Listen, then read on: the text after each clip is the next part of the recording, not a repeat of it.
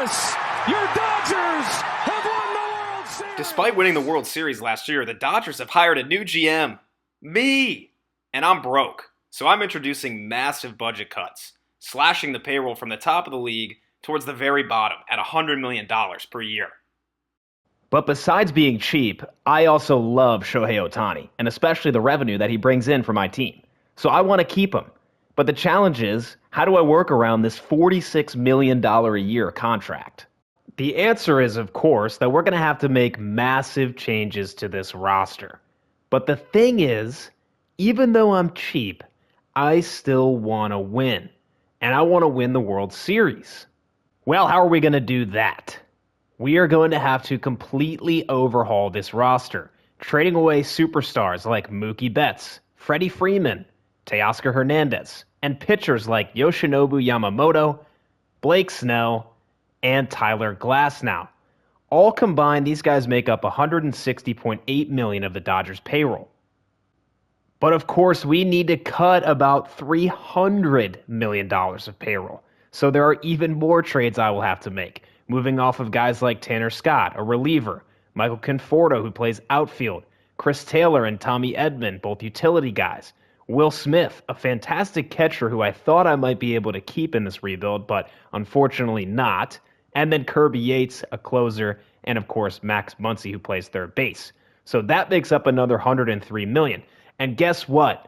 We're still not there. I'm not even going to show you all the trades I'll have to make here in the intro, but there are more. This entire roster is going to undergo a massive overhaul. All right, so by now you're probably wondering, who am I going to trade for? Well, here's an example trade. Muncy and Trinan for Joey Estes. The only way that we can make this rebuild work is to trade for one of two types of guys, and Joey Estes is the first. Estes is on a renewable contract, and he's got 2 more years on his renewable contract. So this is the minimum at $800,000 per year. So we can move off of $22 million of payroll between Trinan and Muncy for $800,000 for a starter who has stats that I really like, especially the walks per 9. So this is player type number 1.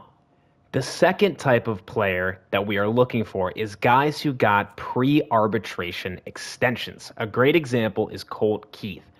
A common strategy that an organization might do, the Tigers in this case, is sign a guy that they feel really good about way before he reaches arbitration or even free agency, and you can get these guys at a lower cost. Of course, it's risky, but if Colt Keith ends up being good, which signs point to, yeah, he probably will be, this is an absolute steal for the Tigers.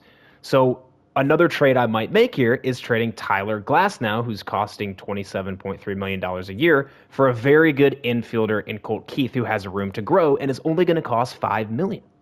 So throughout the first couple weeks of the season here, I will be executing a bunch of these kinds of trades. And after that is all said and done, this budget screen will look very, very different. The players' salaries will go from $401 in this game, I believe it's $394 in real life, all the way down to $100 million or less. Now, the Dodgers do already have some guys who are on these renewable type of contracts that we would want to keep around. A good example is Andy Pages. He's got excellent contact versus left, plays good defense in the outfield, and he has 3 years of renewable contract remaining. Not only are there a handful of guys who are like Andy Pages, there's even a superstar pitcher on a renewable contract. Check out Roki Sasaki. He's already 86 overall with A potential, and he has 3 more years remaining at the minimum salary. And lastly here in the beginning, depending on how long this rebuild goes, there is a chance that a few of the Dodgers' very good prospects might be able to come up and play. For example, Dalton Rushing, Alex Freeland, and center fielder DePaula. So let's get into this transformative early season for the Dodgers. The whole team is going to be rebuilt outside of Shohei and a handful of other guys that I've mentioned, as well as some that I haven't mentioned. And I will tell you that despite moving away from dozens, really, at least a dozen superstars, I think this team will be competitive this year and especially in the coming years. So our goal will be to win the World Series. Dodgers fans, take one last good look at this super team, because after this game, the trades are going to start immediately. Your leadoff hitter, Freddie Freeman, is one of the guys on the chopping block. And he starts the day with a base hit up the middle. Another guy soon to be traded, Mookie Betts, steps in. And on the 3-2 pitch, Betts grounds into a double play. And in steps Shohei. Here's a guy, Dodgers fans, that you will not have to miss throughout this video. But in his first at-bat of the year, he strikes out. However, he will also be taking the mound. And one good thing about Shohei, even though he costs $46 million a year, is he essentially acts as two really good players. And Ohtani gets Horner to pop up. And after that, he works a 1-2-3 inning. Now with a runner on first and 2 outs, Mookie's back in. But on the 2-2 pitch, this time he strikes out. Shohei is continuing to pitch well in this game. However, there's 2 runners on for the Cubs with 2 outs. 2-2 pitch to Brodie. And Ohtani strikes him out. And here he is right back up at the plate. 1-2 pitch. And he goes down swinging again. Into the bottom of the 4th, there's 2 runners on again with 2 outs. Full count pitch here to Dansby Swanson. And that's popped up out into right. The Cubs do get on the board in the 5th with a few base runners and a single from Kyle Tucker. But in the top of the 6th, Ohtani's back up with 2 runners on and nobody out. Here's the 2-2, and he strikes out again. So the bases are loaded for catcher Will Smith. Here comes the payoff pitch, and Smith with a ground ball right to Dansby Swanson, and the Cubs get out of it again. But here's yet another opportunity in the 7th with Mookie Betts at the plate. Betts is down in the count 1-2, and he strikes out. So Kirby Yates will come in relief for Shohei, and Yates immediately gives up a couple walks and a 3rd walk, and he walks in another run. And another run. It's 3-0. And now Vesia gives up another run on a walk. It's 4-0 Cubs. And with that, I am simming through the rest of this game. And the Cubs do defeat the Dodgers on opening day 4-0. So maybe we don't need these superstars after all. At least one positive takeaway was the pitcher, Shohei Ohtani, who went 6 innings, only giving up 1 earned run. So immediately after opening day, the first of many trades is going to happen. I'm going to be trading Mookie Betts and Tommy Edman for Emmanuel Clase and Brian Rocchio on the Guardians. So Rocchio is going to come in to play shortstop in Mookie's place. And I'll tell you a couple things I really like about Rocchio. First of all, of course, he's going to be cheap for the next couple years and potentially in that first year of arbitration as well. But he plays good defense. He's versatile. Plays all the positions in the infield, and also he has high vision and discipline, so he gets on base at a high rate. But there's no doubt the big score in this trade is Emmanuel Clase. Look at this contract, an average of about $4 million per year for one of the best closers in this game with unbelievable stats. He will be our closer for this entire rebuild. And now to find room for Clase as our closer, we're going to move off the $13 million contract of Kirby Yates and trade him for an outfield prospect on the Phillies. But fast forwarding into the series with Detroit, we win the first 2 and we win the 3rd to complete a sweep. And in that 3rd game of the series, we're seeing some of the value for 68 overall Brian Rocchio, 2 hits and a walk, on base 3 times. And Clase also got his first game as a Dodger, not as a Guardian this year. He got the save and struck out the side. After just sweeping the Tigers, it's now time to trade with them, and I'm going to make the move that I referenced in the intro, moving off Tyler Glasnow for Colt Keith and Bryce Rayner. To make room for Keith to play first, I need to move off of Freddie Freeman. We're going to trade him to the Mariners for infield prospect Cam Smith. And having traded Glasnow away, we're going to need another starter. And this is one of my favorite trades that I've found through all of my prep work for this video, and that is Mr. Spencer Schwellenbach. He has got 3 more years on a renewable contract. He's already 80 overall with B potential, great hits per 9, great walks per 9. He's going to be really good. I do have to give up quite a lot for him, though. I have to give up the Dodgers' best pitcher prospect, Jackson Ferris, as well as Michael Conforto, and another prospect infielder, Kellen Lindsey. But I really like this trade, and Schwellenbach is going to fill in for Glasnow. And now just a few days later, we're facing off against the Braves, and Spencer Schwellenbach is going to get the start facing his former team. Big test for Schwellenbach right out the gates here, facing Ronald Acuna Jr. And he strikes him out. And Schwellenbach works a clean first inning. He's facing off against Spencer Strider today, who is a very good pitcher in his own right. And it's been a pitcher's duel so far. Both teams scoreless, only 1 hit each. Make that 2, but a good start so far here for Schwellenbach. Now with 2 runners on, here's Will Smith. Nobody out. 2-2 pitch, and Smith strikes out. Full count pitch. And Rocchio bloops that one out into right. That'll be 2 away. And Keith goes down looking. Schwellenbach has been really good so far in his debut, but he's given up a couple hits here, and he gives up his first run. So now trying to answer that run, Shohei Ohtani at the plate with a runner on second. Hitters count for Ohtani, 3-1 pitch, and he walked him. With that, there's 2 on for Teoscar Hernandez, whose days are certainly numbered on the Dodgers. And on his 3-1 pitch, he's going to pop it up out into right. Schwellenbach trying to keep pace here. He's back out for the 6th, and he has a couple strikeouts, but he gives up a single, and that is going to be it for Spencer in his Dodgers debut. Very solid. Rocchio hit a single just before Colt Keith now steps up with a runner on. Oh, but he goes down swinging. Even though we're now down by 2, Emmanuel Clase is in to work the 9th. But Profar is going to hit one way back, and that's gone. And with that, I am simming to the end of this game. Raisel Iglesias is in for the Braves, and he is going to get the save. So the Braves defeat the Dodgers 3-0. It was a really solid start for Schwellenbach, only giving up 1 run in about 6 innings, but the offense was just not there to help him out. Time for some more trades. Clayton Kershaw is going to finish his career with the Nationals, and I want Stone Garrett, an outfielder who's got 2 years left on his renewable contract. And now I'm going to solve San Diego's issues in left field by trading for 2 relief pitchers, Jeremiah Estrada and Johnny Brito. And now it's time to move off of Tanner Scott, who's costing $18 million a year, and I want Emerson Hancock. If you've seen my Rays series, you know how much of a legend this guy is and how much I like him. Of course, he's got 3 years left on his renewable contract, good stats, room for growth, and I do have to take 2 other players from the Mariners just to make this budget work, but they are not going to factor in at all in this video. So the rotation and bullpen has already started to transform. We've got Schwellenbach in here in the 3rd spot on the rotation, and then we've got Brito and Hancock in long relief. Hancock's just there for now. He'll get in the rotation eventually.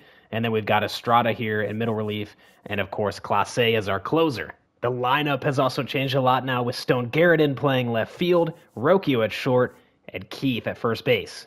We've made some decent progress chipping away at that $400 million starting budget. We're currently at $238 million, so still a long way to go. Taking a break from all these trades, it's time to start scouting. Having won the World Series last year, the Dodgers will have the last pick in the 1st round at number 30, which makes things a little bit more difficult to find a blue chip player. My scouting strategy is going to be pretty typical for this rebuild. I'm going to, of course, scout international pitchers and discover international pitchers, and then ultimately use my Discovery Scout to look for some position players later on in the draft. As far as position players, I, of course, want to look for guys that are around my position in that 1st round, which is number 30. A good example here might be Ricky Wallace, a very well-rounded hitting first baseman. But in this particular rebuild, my appetite is also a little bit larger for guys like Dusty Reagan here, who is more of a high floor, medium to high ceiling type of guy who is kind of plug and play in the majors. That way I don't have to, I can constantly have a churn of new players coming up with renewable contracts, and it'll make my life a little bit easier on the budget side. After getting swept by the Phillies and losing 2 of 3 to the Nationals, it's going to be time for some more trades. And first to go here is going to be Will Smith. We're going to trade him to the Cardinals for a catcher, Pedro Pajes, who's got 3 years of renewable contract remaining, as well as an outfield prospect in Joshua Baez. Now I'm going to swap relievers with the Blue Jays. And now it's time to move off of Blake Snell, whose contract only gets bigger and bigger over the next 5 years. And I'm going to trade him to the Giants, who are looking for starting pitching for Heliot Ramos, as well as 2 first basemen, Lamont Wade Jr. and a prospect, Bryce Eldridge. And then right away I'm going to trade Lamont Wade Jr. over to the Cardinals, first baseman for first baseman. So with those moves, we're finally under the $200 million mark, but we still have $95 million left to go. So let's keep chipping away and trade Max Muncy and Blake Treinen for Joey Estes, a starter from the A's. I showed this one in the intro. And right away, Estes is going to come in and start in the 2nd spot. So with bringing Garrett in, I need him to play first base. He could play outfield and first, and with that, I can move Keith over to 3rd, and now you see our lineup has really started to change a lot. And if you look at our pitching rotation, all of our starters have had a solid start to the year, even though we just traded for some of these guys like Estes and Schwellenbach. Roki Sasaki's also been really good, who's going to be around for the long haul. However, Yoshinobu Yamamoto has been really bad, so I'm going to wait till he has a good start or 2, and then he'll be the last big pitcher that we'll trade. First week of scouting, our Discovery Scout just found a reliever named Mariano Rivera. Wonder if he'll be any good. Looks like Yamamoto righted the ship here in his last outing, going 7 innings, giving up just 1 earned run. So that means, of course, it is time to trade him. And I think I found a pretty good deal here with the Orioles who are looking for a starter. I can get Kobe Mayo, 3 more years on a renewable contract, as well as a catcher prospect in Samuel Basayo, and he's caught behind Adley Rutschman anyway. So now that we've moved off Yamamoto, our rotation is set. Ohtani, Sasaki, Schwellenbach, Estes, and our secret weapon, Emerson Hancock. So we're starting to get pretty close here. We're at $138 million on our budget. The next guy who's expensive that I need to move off of is Chris Taylor, but he's hurt right now, so I'll have to come back around to that. There's a handful of other trades that I need to make, but I think at this point I've really done all of the notable trades. So here shortly, I will give you an update of our final roster for this year. We are 500 now, 26 games into the season, and Chris Taylor is no longer hurt, so that means it's time to trade him. So I'm going to package up Chris Taylor with Miguel Rojas and a reliever, and I'm going to trade for Sal Frelick. It's a perfect match here for the Brewers, who want a shortstop and a second baseman, and I need an outfielder who can hit against righties and will play very good defense. And, of course, Sal Frelick has 2 years left as a renewable contract. So, after many, many, many trades, I've finally done it. Our budget is $100 million on the dot. Half of that is going to Shohei Ohtani, and the rest is for the entire other, 85 or so guys that are on our team. It's pretty funny to think about that. We've got a few guys besides Ohtani that'll be locked in for a while. Keith, Hyesung Kim, Clase, and then a couple years of David Brodie. And then you'll see, as I scroll down here, everybody else really is on one-year deals. And one thing that we'll have to keep an eye on, again, I think hopefully we'll be competitive soon. However, if things do go south for us and we got to, keep playing for multiple years, we are going to lose some of these guys to free agency here in 26. I'm just scrolling down. And then several other guys who I really like are going to be up for arbitration, especially Gratterall and Kelly. So depending on where the budget's at, probably would not be able to keep them. But then as I scroll down here, you'll see that I've got a lot of runway, at least 1 year, most of the times 2 or 3 more years for these renewable contracts. So with this team, as it is now, I like it, but realistically, we would probably have to win pretty early on. Otherwise, I'm going to have to really go back into what I just did, mostly off camera, which is just a ton of prep work and research on these guys' contracts to find a team that you could field for $100 million that I think is going to win. So we could finally start actually playing this season and enjoying watching baseball now that the hard part's out of the way. And just before I do that, I'll show you what the finalized team is. So on the lineup side, we've got Xavier Edwards batting in leadoff. He's got absolutely broken hitting stats. I had to get him. Then we go Stone Garrett, Shohei, who's actually going to play right field so that Edwards can DH because his fielding is absolutely terrible. Then we've got Heliot Ramos here in the 4, Colt Keith, Pages, Kim, Rocchio, and Sal Frelick. Pretty similar versus lefties, but we are playing a little bit of a platoon game here in order to save money. So you got guys like Pages who come in to hit against lefties, among others.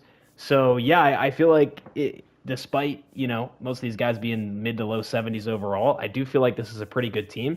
And most of these guys have B potential. So as I scroll down here, they're going to get better. And Pages has very high C potential.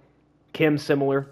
So we've got a lot of room for growth, and I feel like this is a team that's going to be decent. So let's see how it goes. Finally, we can get into playing this rest of the season with our roster. I'm so excited. Let's see how competitive we can be. First game with our new roster, we will be taking on the Pittsburgh Pirates on a rainy day in LA. Schwellenbach will take the mound once again. And in the second inning, Pages gets us on the board with a solo shot. And Schwellenbach has held the Pirates scoreless through 3. Ohtani's up with a runner on. Mitch Keller is pitching for the Pirates. Here's the 2-2 to Shohei. And that is hit hard out into left field, sending the fielder back all the way to the track, and he makes the catch. Schwellenbach's already given up a run in the 4th, and there's 2 runners on with nobody out. And now Tommy Pham with a line drive into the left center field gap. That's going to add another run. 2-2 to Nick Gonzalez, and he strikes him out. Tommy Pham stole second, so now runners on second and third, 1 out. Full count pitch to Triolo, and that is popped up softly into center field. On comes Frelick, makes the catch, the throw home, and it's in time, and it's a double play. Sal Frelick flashing the leather in center. Now looking to tie things back up, and Colt Keith does just that. It's 2-2. Schwellenbach has bounced back from a rough fourth, and he's gotten through 6 innings, giving up 2 runs. Bottom of the 8th, still tied. Xavier Edwards on first, Garrett at the plate. Here's the pitch from Bednar, and he strikes him out. So we're headed to the 9th, all tied. Emmanuel Clase will come in for the 9th. Full count now to Tommy Pham. Here's the pitch from Clase. Strike 3, 2 down. It's up to Nick Gonzalez for the Pirates here. 2-2 pitch from Clase. Strike 3. And who else is it but Shohei stepping in to lead off? Here's the payoff pitch. And Shohei goes down looking. So it's up to Colt Keith now. And he draws a walk. Runner's going to try to take second. And he's thrown out. We're headed to extras. And Clase gives up 2 quickly in the 10th with a single from Hayes and a triple from O'Neal Cruz. So now we're down 2 in the bottom of the 10th. After a strikeout from Pajes, it's Hai-Sung Kim at the plate, and he's going to ground that to second, so 2 outs. And that's going to leave it up to Brian Rocchio. And Rocchio grounds that to short, so the Pirates defeat the new Dodgers roster in their first game. I was a little worried after that loss we saw to Pittsburgh. However, we finished out the month of April pretty strong. But look at what happens when I flip the calendar to May. We've won 9 in a row to start this month. So far on the scouting side, my favorite prospect is starting pitcher Sean Fuentes. 21 years old, lefty, has risen up the board significantly. My only concern is just with our pick being number 30 in that first round. I'm sure other teams have also scouted this guy, so it's probably unlikely that we'd be able to get him. But we've also got guys like Amari Nunez, another starter who's risen up the board significantly, and a discovery guy, Esteban Cortes, who has guaranteed high potential. On the position player side, I found a decent first baseman, Ricky Wallace, a pretty mid second baseman, Ichiro Maeda, but I do like the way his stats are spread with the contact, vision, and discipline. And then shortstop JP Slinger didn't turn out the way I'd hoped. After our hot streak, you can see up there in our last 10 games, we are 10-0, and we're just 1 game behind the Diamondbacks, and our next game is against them. We've got a chance to sweep them. Really, really good pitching matchup for this game. It's going to be Sasaki versus Burns, and I also had to give Shohei the day off on the offensive side because he was exhausted. You can see this graphic here. Our bullpen's been unbelievable the last 22 games, a 1.37 ERA. Definitely not feeling great about our lineup with Shohei out of the game here. Now in the bottom of the 2nd, there's 2 runners on for the D-backs, nobody out. Count is full to Pavin Smith. And that's strike 3. And now that's a ground ball, diving play, scoop by the shortstop, throw to first. Can you believe that? What a play to get out of the jam. There you see it, 10 wins in a row for the Dodgers. Kobe Mayo's going to get an at-bat here in the top of the 3rd. And Mayo hits that hard out into deep left, but he pops it up just shy of the track. And now the D-backs get on the board, a walk and a double. But Sasaki gets out of it. Sasaki another jab here, 2 on, 1 out. And that's drilled by Jake McCarthy. That's going to add to the Diamondbacks' lead. To make matters worse, we're being no hits so far by Corbin Burns. And all right, finally, we're on the board. Thank you, Xavier Edwards. And now with 2 on, 2 out, Ohtani's replacement for the day, James Outman's at the plate. And Outman pops it up straight back to the catcher. So we threaten, but don't end up putting any runs on the board in the 6th. And Corbin Burns continues to dominate. He's through 8 innings, no runs for the Dodgers. A.J. Puck is in now, and with 2 outs in the bottom of the 9th, Colt Keith drills one deep into right. That is way out of here. I think we were just happy to see anybody other than Corbin Burns.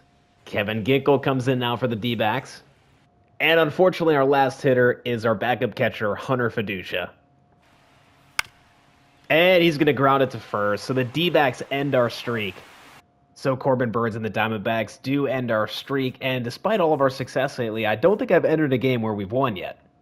But I can promise you we're playing well, especially the way that Shohei Ohtani's pitching. 56 innings, a 1.11 ERA to start the year. I can't let Hunter Fiducia keep taking at-bats here, so I'm going to trade him and a starter prospect for Sam Huff, who's on the Giants, and he was on the trading block. Had to fix our AA roster, and look at who I just found. Jared Quiros. 5 four-seam fastballs. That's all he throws, and he throws at 85 miles per hour. I kind of forgot that we had Gavin Stone in AAA, and he's been pitching really well, and his stats are actually a little bit better than Emerson Hancock's right now. So I'm going to go ahead and put him on the 40-man, and I'm going to move him to the MLB, and we're going to give him a shot, and I'm going to let Hancock continue to improve in AAA.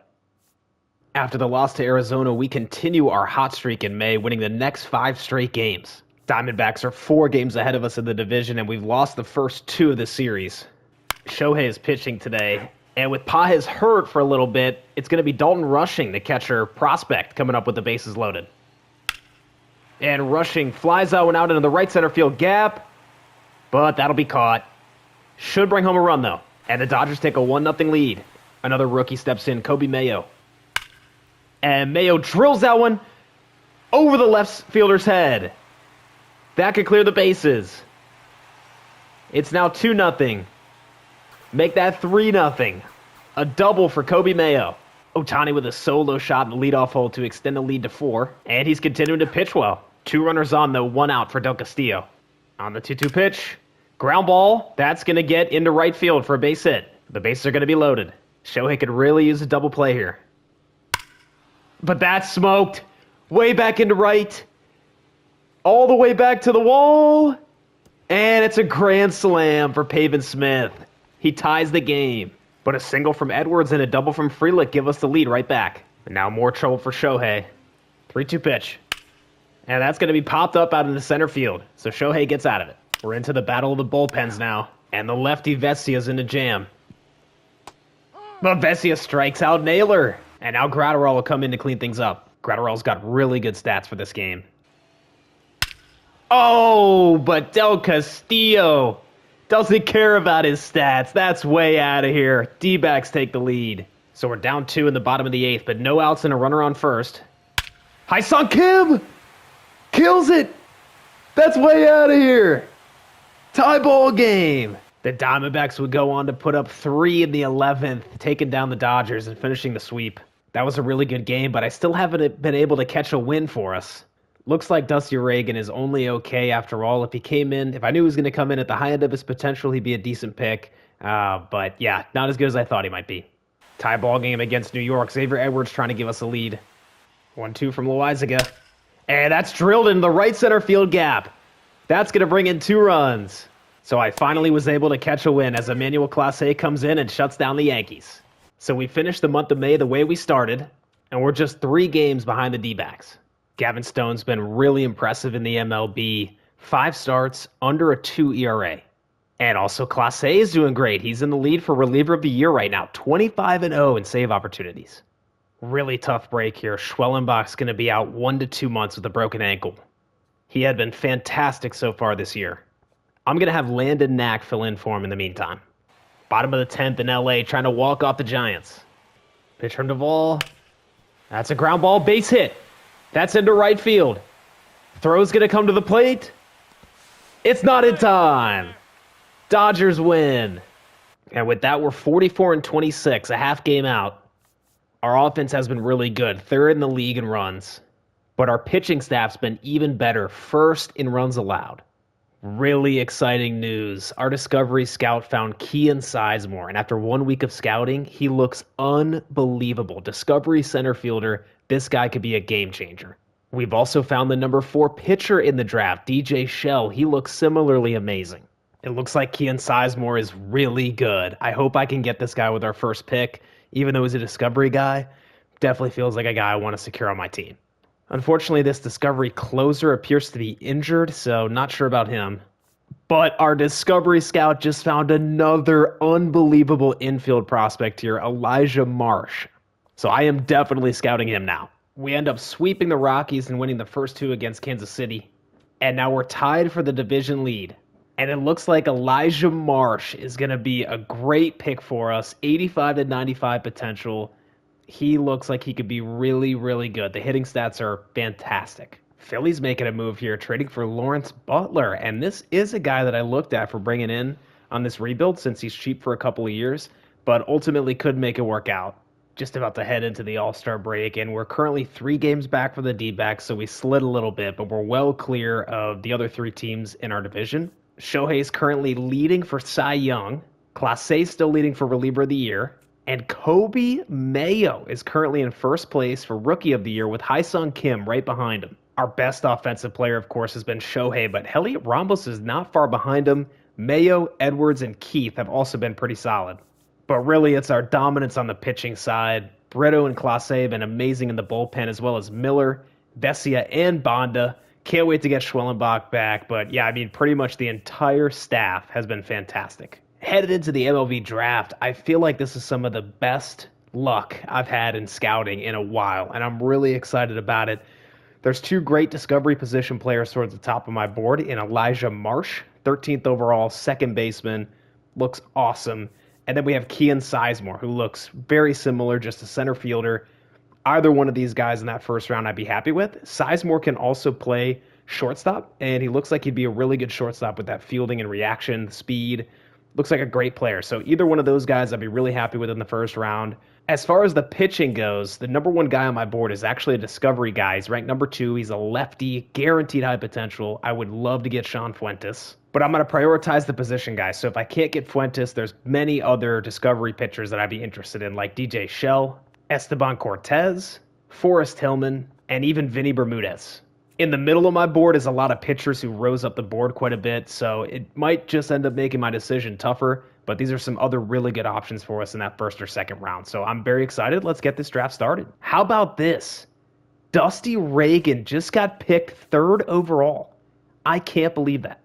So simming ahead to our pick, unfortunately, Sean Fuentes got taken in the 20th spot, which doesn't surprise me because he wasn't a discovery guy and he looks unbelievable. He'll be an ace someday. But both of our position players are still here. And it's a really tough call between Marsh and Sizemore, but I think I've got to go with Marsh just because his potential range is guaranteed 85 to 95. Keon Sizemore has a little bit of a range there. I'm sure he'd be really good. It's a total toss-up, but I'm going to go with Elijah Marsh here. And would you look at that? Keon Sizemore is still here in the second round.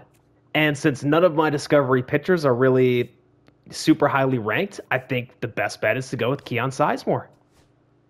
For the third round, I'm going to take Bermudez here. He's the best discovery pitcher I've got left on my board. Going to go with another discovery pitcher here for the 136th pick. Probably just the best value here left on my board. And now I'm in kind of a tough spot here. Velasquez is injured, but I'm very tempted to take a risk on a closer here. It would either be him or I would go for our discovery shortstop. Oh, I don't know. The shortstop seems definitely kind of like a Rocchio, defensive first here. It's risky. It's riskier. I think I'm going to go and just give a shot here on an injured closer. We'll see. And lucky for me, Vina is here in the last round, so we'll take him. And that is going to finish out our draft. I feel really good about this. So here is Velasquez before I've signed him. He still looks pretty decent. About a week and a half after the All-Star break, we're continuing to play well, but we just could not overtake the Diamondbacks. They are very good. Only going to make one small move here at the trade deadline. The team is playing great, so I'm going to move off a couple of guys who are going to be free agents that I'm not going to bring back. Lefty reliever Jose Hernandez, having a great year in AAA. I just don't really need him. And then the other guy is Eddie Rosario, and we've got plenty of outfield right now. And similarly, he's going to be a free agent. All I want here from the White Sox is just a kind of mid-infield prospect, William Bergolla. Somehow this dude with all the fastballs has a 2.34 ERA at AA. I lied. I'm going to make one more trade here. Going to move off David Brodie. He's $3 million a year, so I'm actually going to get well under our $100 million mark. And I don't need him. He's been in AAA. Going to give him to the Tigers, who want a third baseman. And I would like Brennan Hanafy, who looks like a pretty decent relief pitcher for being 66 overall. All right, it is the moment of truth. Let's see how we did in the draft. I feel really good. Okay. All right. Not as much blue as I would like, but I'm very glad that Elijah Marsh looks great. He's got like MLB ready contact already. Gonna need some work on the arm and the accuracy over there. But yeah, A potential. We got a good position player first round. That is huge for our farm system. He'd probably be ready in like 3 years, so I hope we don't end up going that long, but he's there for us. Then Kean Sizemore looks very similar out there in center. I ended up being right, taking Marsh over Sizemore in that first round, but I'm very glad that I got both of them. Sizemore looks solid too. And then let's see our pitchers. Bermuda's not bad. 57 overall, 78 potential. Very much has the Emerson Hancock build there. David Menard, 85 potential. Okay. And then Velasquez, yeah, that didn't end up working out too well there. So, point taken with the injuries. He'll probably never play.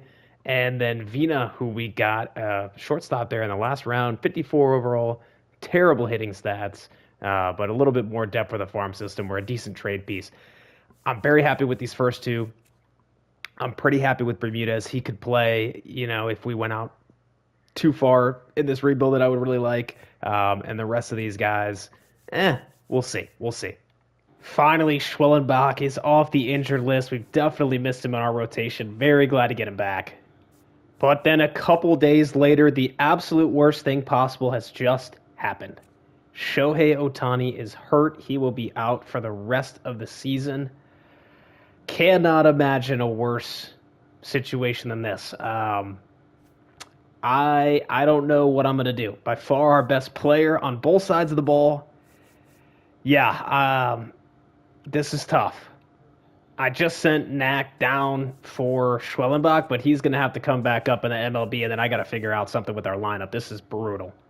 So, the trade deadline has come and gone, so there's nobody I could go get. We only have like $3 or $4 million available in our budget anyway, so I'm just going to move Xavier Edwards to DH, and we'll bring in somebody else in the infield to fill in. I don't know how we're going to be able to make the playoffs at this point without Shohei. This is going to be a tough rest of the season. A few days after the Shohei injury, we are holding on okay, but we're down 2 with 2 outs, bottom of the 9th versus the Padres. And 0-2 pitch, and it's strike 3. Padres win. A few days later, it's a tie ball game, top of the 9th in Colorado. 2-1 here to Huff. And Huff, deep into right. The backup catcher. That's out of here. Wow. What a moment there for Huff. Apo Taco. And with that now, Clase is going to come in to close things out, and he does. So we take down the Rockies. I think the Shohei injury happened somewhere around here, 10th or 11th of August. So we've actually been playing pretty good without him. After that last game, too, I wanted to check in on Clase. Yeah, he's been awesome. 44-2 on save opportunities, 1.91 ERA. Could not ask for more. Another bullpen arm I've been really impressed with is Alex Vesia. He's our best lefty, and he's got 26 holds, 62 innings, 2.31 ERA. Very, very good. Unfortunately, though, this could be his last year for us. We'll have to see how much he wants in arbitration. But yeah, if he wants $4 or $5 million, it's going to be tough for me to justify bringing a bullpen arm back for that much next year. Big game today. This is game 3 of our series versus the Diamondbacks. It's currently 1-1, trying to win the series. And the game is very close. Bottom of the 7th, we're up 1 with a runner on third and 1 out. And Ramos with a line drive, right field. That's going to go all the way to the wall. So here's Andy Pajes now with 2 runners on. And that's going to be a base hit. We're going to extend the lead. And Edwards adds a 2-run homer. It's really nice to see us having a good game against the D-backs. We win 7-2. I was really curious why the D-backs have been so good. They're definitely scoring a lot of runs, although Corbin Carroll's on the IL. And it looks like they're pretty similar to us. They're right there next to us in ERA. So after September call-ups, we've gotten off to a really good start of the month of September. And even though we are 2.5 games out of the division, we are 15 games up in the wild card. So I think I'm going to go ahead and sim to the end of the season, and I will meet you there. All right, so we had an okay finish to the year. I would say it was nice that we took 2 of 3 from Arizona, but we are going to be a wild card team in the playoffs. They were just too good this year. We couldn't catch up to them. But good stuff. We made the playoffs. We'll be taking on Atlanta. So that'll be our wild card opponent. Just before we get into the playoffs, let's check the awards here. And we did get Delivery Man of the Year for Clase, and we got a Rookie of the Year for Mayo. So that is great. We'll get an extra draft pick for that. I want to see here. Okay, nobody ended up. Oh, wow. All right. So there you go. Arizona, really impressive pitching staff. Look at that. Very, very solid. 56 saves for Class A, 2.44 ERA, pretty solid there. Great for him. I think that's his third reliever of the year. Really impressive. And then our rookie of the year. Okay, Sasaki was right there behind him. Yeah, he didn't play quite as well as I feel like he could have, but obviously very happy with this. He's got a lot of room for growth. I want to say he's got like 95 or 96 potential. But how about Kobe Mayo? Look at that development. I knew this guy was going to be good when I traded for him, but I did not think he was going to be this good. Almost a 900 OPS. What was his WAR? 4.6 WAR. Wow, and we've got him for 2 more years. That first ARB year will probably be too expensive. So Shohei has 12 days, roughly 12 days. It says 2 to 3 weeks left on his injury. So depending on how things go in the playoffs, there's a chance that we could get him back for the World Series if we can make it there. We got to make it there first, obviously. And if we beat Atlanta, we'll be facing Arizona. So tough matchup right out of the gate. Let me get the lineup and rotation all set, and we'll start playing some playoff baseball. Okay, so our playoff rotation is going to be Schwellenbach, who was awesome this year, came back from his injury, continued to pitch great. Then we're actually going to go Landon Knack in the second spot. Then it'll be Roki Sasaki. Obviously, he's 89 overall, our highest overall, but had actually the worst year out of all of these starters. And then Joey Estes, who was very good this year as well, will be our fourth starter. Stone and Leahy in long relief. And then all the rest of our bullpen, I believe, is the same as the entire year. So I feel good. I feel really good about our starting rotation. I feel good about our bullpen. And then for our lineup, it's going to be pretty much the same as this entire year, obviously without Shohei. So, yeah, I think without further ado, let's go into the playoffs. Pretty slow start to game 1 here. It's Spencer Schwellenbach versus Spencer Strider once again, a throwback to a much earlier part of this video.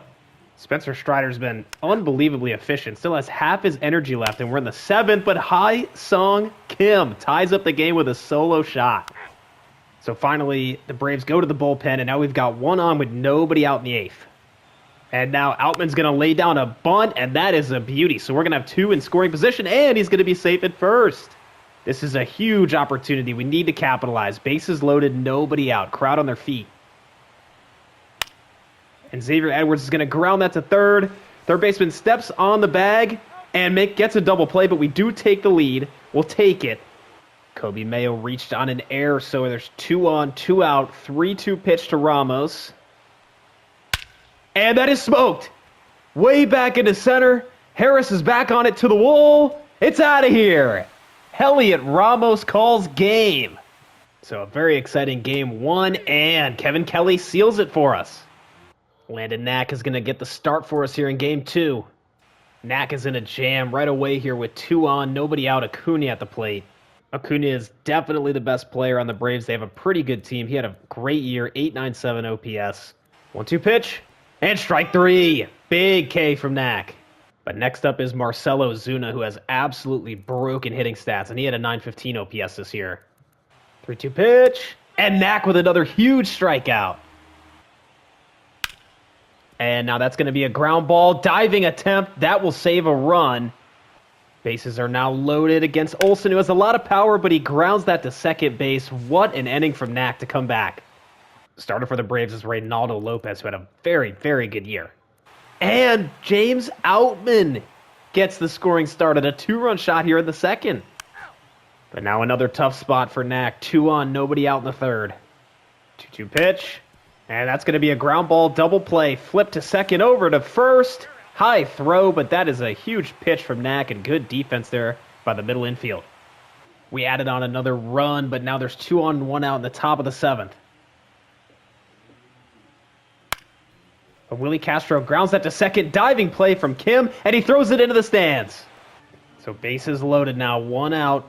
Tyson Miller's pitching. Ronald Acuna Jr. at the plate. And that is a line drive into left. That'll be caught. The Braves do get 1, but we'll take the out. So the go-ahead run at the plate in the dangerous Marcelo Zuna. And Miller strikes him out. Top of the 8th, 2 runners in scoring position for the Braves, but Kellenic pops out to center. Bases loaded again for us here, bottom of the 8th, trying to get some insurance.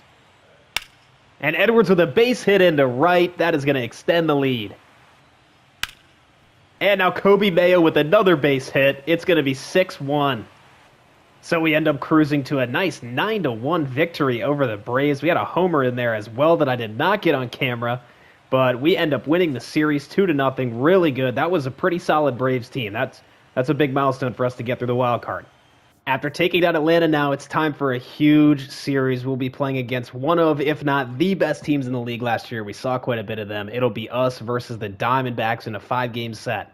Really important for us to get off to a good start in this series. We'll have to do it against Corbin Burns, who came in second in the Cy Young. Spencer Schwellenbach starting again for us today. 1-2 pitch, and that's a ground ball to first base. That could be 2. To second for 1, over to first for 2. Beautiful defense. So we're very much in this game, but need to get 1 run here to tie it up. Burns at 88 pitches. Here's number 89. And that's smoked in the left center field gap by Rocchio, and that's going to bounce off the wall. 1 run comes home. A second run scores, and Rocchio gives us the lead. Runner in scoring position. Gratterall's in to work the 8th. Here's the full count pitch to Naylor. And he popped him up. And now Del Castillo strikes out. Now Sal Frelick with a drive out into right. Carroll's going back and makes the catch over his shoulder. And the runner is going to score. That totally caught me by surprise. All right, I'm in the replay booth here. Let's see what happens. Ha-Sung Kim tags from second, and he just sends it. He just sends it. Look at this. The throw got there in time, too. Oh, he dropped the ball. Wow. Wow. Now we add on another one and another one. Bonda comes in now to work the 9th, and we defeat the Diamondbacks 5-1. Huge start to the series, especially against Corbin Burns. Game 2 of the series is going to be Sasaki versus Gallen, the Cy Young winner. Here's Heliot Ramos, and he's going to get a base hit out into right, but it's shallow right. Good arm from Carroll. Throw to the plate. Runner did not go. Bases loaded. We really need to take advantage and get on the board here. And Ha-Sung Kim pops out. Although it was deep enough, and that will get a run home. Pajes trying to add on, and that's a ground ball. That's going to stay fair. That'll bring another run home.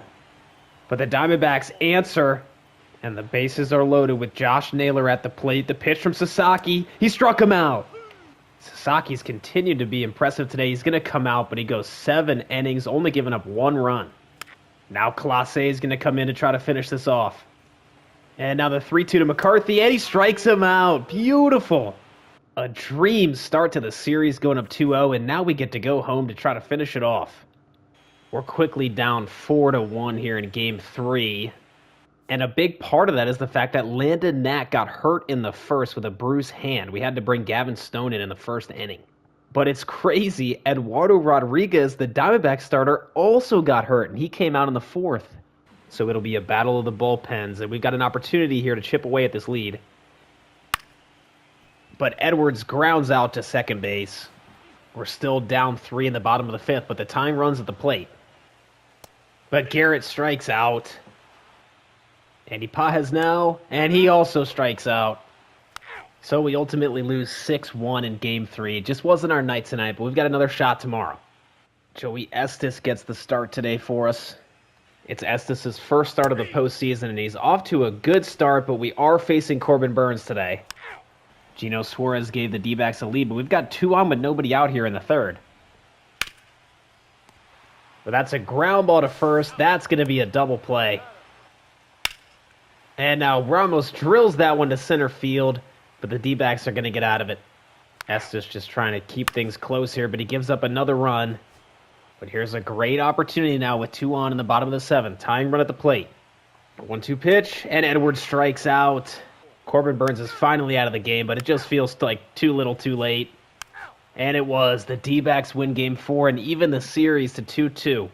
Well, I was feeling really good about things after those first 2 games, but now the series is all tied up. At least we will have Spencer Schwellenbach back on the mound, but he's taken on the Cy Young winner, Zach Gallen, in the decider. I'm nervous.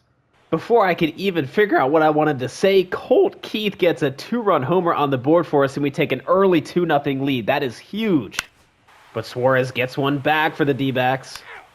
We really need Schwellenbach to pitch well today, and so far he is. Opportunity here in the 5th for Keith to add on more. Here's the payoff pitch from Gallen, and that's going to be a base hit up the middle. That should score another run, and it does. We're up 3-1. 2-2 pitch, and that's hit hard, but right to Perdomo, although he bobbles it. Throw to first is still in time. Pa is not the fastest around town. Schwellenbach has a ton of energy left, and he's working with a 2-run lead, but there's a runner on second, and the runner's thrown out, so he gets out of it. And there's a chance that Schwellenbach could go this whole game here. He's through 7, but he's pulled for Vesia in the 8th. I'm a little worried with Schwellenbach being taken out. He was pitching so well today, and now pinch hitter Blaze Alexander for the Snakes comes in, and he's going to ground that. Diving play by Kim, throw to first. He got him. Amazing defense by Kim.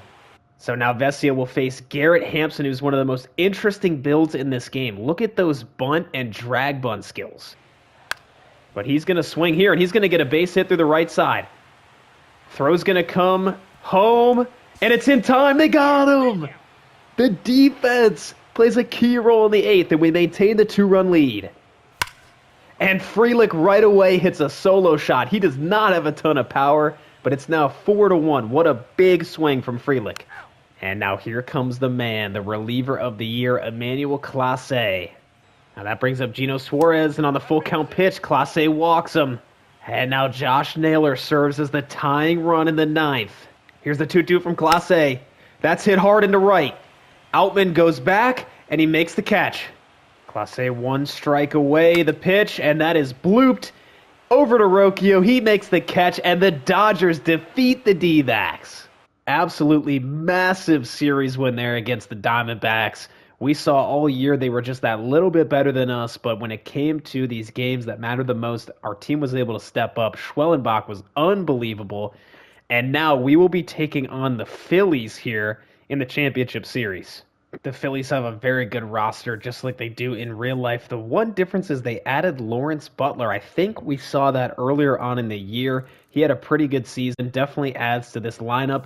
Their pitching staff is headed by Zach Wheeler. He is regressing, but still had a good year. And then Christopher Sanchez was really, really impressive, 2.70 ERA. Their 2 main relievers are Matt Strahm, who was very good, and then we've got Orion Kerkering. So those are kind of their main guys, but they've just got a very solid roster. This is going to be a tough series. We'll see how we can do. There's a good chance that Shohei will be able to join us for this series. We really, really need him to come back. He's got 1 to 6 days with his fractured foot. Was that a different injury now? I don't know. I can't remember what he had before, but he is on our bench right now. So really hope he can come in and play a big factor for us against the Phillies. There is a little bit of a silver lining facing Christopher Sanchez is that he's a lefty, and our roster has a little bit better stats against lefties. Kobe Mayo's at the plate with Xavier Edwards at third base, and Mayo drills that into left, and we're going to take an early lead. But now there's 2 on with nobody out in the 3rd. And Sasaki gets the strikeout on a Trey Turner. A good start. Big pitch now, 3-2 to Stott, and he strikes him out. Now he'll have to face Bryce Harper, the 2-2 pitch, and he strikes him out. Amazing stuff there from Roki, and Harper's pissed. And Kobe Mayo adds on to our lead in the 6th with a solo shot. So there's 2 on for JT Realmuto, and he grounds that to second base. Kim behind the back to second, Rocchio to first. Beautiful. Our defense is amazing. Now Gratterall has to face Kyle Schwarber, who hit 46 home runs this year, and he walks him. So there's 2 on for Alec Boehm, but Gratterall strikes him out. And Dave Roberts goes to the bullpen for Clase. Lawrence Butler at the plate, and Clase strikes him out. That was right down the middle. Brandon Marsh could be the last batter for the Phillies, and he strikes out. The Dodgers take game 1 in Philly. Really solid game from Sasaki there, and we're able to eke out a 1-run victory. Philly starter is Ranger Suarez, and we've got 2 on with nobody out here in the 3rd. And that's a ground ball to shortstop. That might be a double play. Turner going to do it himself, but it's not in time at first. Here's Heliot Ramos now, who excels against left-handers. But he's going to ground that one to 3rd. Bobbled over there by Boehm to 2nd for 1, over to 1st, and it's still in time. 2-2 pitch from Knack. Ground ball up the middle. That'll score at least 1. Throw's going to go to third, and the Phillies take a 2-0 lead. And now here's Schwarber. And he's going to ground that up the third baseline. That'll add another run. The Phillies are blowing us out now. A couple of homers, and they're up 6-1. And the Dodgers do not put much of a fight up at all here in Game 2. The Phillies win 6-1. Shohei is finally back from the injured list. He is going to start Game 3 for us. We need that jolt of energy. And there is Shohei back on the mound at home. Very warm welcome from the Dodgers fans. Now the pitch to Schwarber, and he struck him out. Ohtani with a clean first. Here's Ohtani back at the plate. We're facing Zach Wheeler today, who's regressing, but is still a very good pitcher. And in his first at-bat back, Shohei drives one hard right to shortstop. Turner bobbles it, and there's no play. And now Heliot Ramos with a ground ball. That's going to get through. That might bring a run home. Schwarber fields it. Throw to the plate. Not in time. Hyun-Sung Kim pops one out into center field. That's going to be deep enough to score a run. Shohei coming to the plate, and it's 2-0. And now Shohei hits a homer. I can't believe I didn't enter the game for that. Oh, man. What a difference he's making right away. So with the bases loaded now, that's a drive way back into left by JT Realmuto. All the way to the track. Against the wall, and the catch is made. Woo! That'll bring in a run, but it saves a grand slam. Shohei has not been able to get out of this inning, and now he walks in the tying run. And we're going to go to the bullpen after that. Gavin Stone comes in long relief. I do not feel very good about this at all, but he strikes out Harper. That's huge. And now Castellanos breaks the tie, driving in Bohm. But Kobe Mayo gets it right back with a solo shot. And now Ohtani homers again. The 2 at-bats that I've entered, he hasn't done a whole lot. And now the 2 that I haven't entered, he homers. We'll take it. We're up 5-4. And back-to-back. All right. At least I got that live. Ramos goes back-to-back. Here's a 2-strike pitch to Castellanos, and Clase shuts down the Phillies. The Dodgers take a 2-1 series lead. Here's Shohei at the plate with the Dodgers down 1, and he drives that one to the left side for a base hit. And Shohei's going to try to take second, and he's in there safely. And now Ramos smokes that out into right field, way back there, and over the right fielder's head. That's going to tie the game. Clase still in for the 10th, and he gives up a solo homer to Brandon Marsh. So we've got to try to come back against the closer, Matt Strahm. And now Rocchio strikes out. That's back-to-back strikeouts for Strahm. And on the 2-2 pitch, Keith is going to strike out, and the Phillies even up the series. Looks like on the other side of the bracket, Cleveland is up 3-0 over Seattle, so if we're able to pull this off, we'll most likely be playing the Guardians. Series is all tied up. Game 5 will be Sanchez versus Sasaki. Sasaki's been excellent so far in the playoffs, 0.68 ERA. Sasaki worked a clean first. Ohtani's up now in the bottom half. And he drills one into left. Diving play. Schwarber can't grab it. Oh, but he goes for 2 and he's thrown out. A little too aggressive there. 2 runners on for the Phillies here in the 4th. Full count pitch to Bohm. And that's a ground ball up the middle for a base hit. Throw comes home, but it's not in time, so the Phillies take the lead. Still down 1 here. Our offense has just not been able to support Sasaki at all. But here's a chance in the bottom of the 6th. Shohei's on second, Mayo at the plate. 2-2 pitch, and Mayo strikes out. It's been a pitcher's duel, but Christopher Sanchez has been just that little bit better. Now here's another opportunity in the bottom of the 7th with the runner on second. And Hyun-Sung Kim with a ground ball up the middle. Get through, it does. That'll tie the game. So with 2 on and nobody out, here's Heliot Ramos. And Ramos smokes that way back into left center. Gone! 3-run homer to break this thing open from Ramos. I think it was a mistake putting a lefty in, knowing that Ramos would be the 3rd batter of the inning. He has 99 contact and power versus lefties, and there it is right there. Oh, it looks like Clase does have enough energy to come in. Okay. 1-2 pitch, and that's going to be a ground ball. Edwards playing short, bad defense. There you see the difference between him and some of our other guys. Not able to make that play. He came in and pitch hit. 1-2 to Castellanos, and that is drilled. That's another base hit. 2-2 to Butler, and that's popped up right in the infield. That'll be an infield fly. 1 strike away from taking a 3-2 series lead. Here's Clase, and that's strike 3. Really solid outing from Sasaki despite giving up 5 walks. He only gave up 1 earned run, but really the hero of this game is Heliot Ramos with that 3-run homer. After a much-needed day off, we are heading back to Philly to try and close this series out. Landon Knack is going to start today. And it looks like the Phillies are going to take an early lead here. A single and a triple gets a run on the board in the second. Knack now facing the meat of the order, and that's a double for Stott, but Harper flies out. Schwarber strikes out, and then a 2-run shot from Alec Boehm. It's 3-0 Phils. Go-ahead run comes to the plate in Brian Rocchio. 1-2 pitch, and Rocchio drills that in the left. That is all the way to the wall. That might clear the bases. Schwarber fields it. Throw is wide and off target. Pages is going to round all the way from first, showing off the wheels. It is 3-3.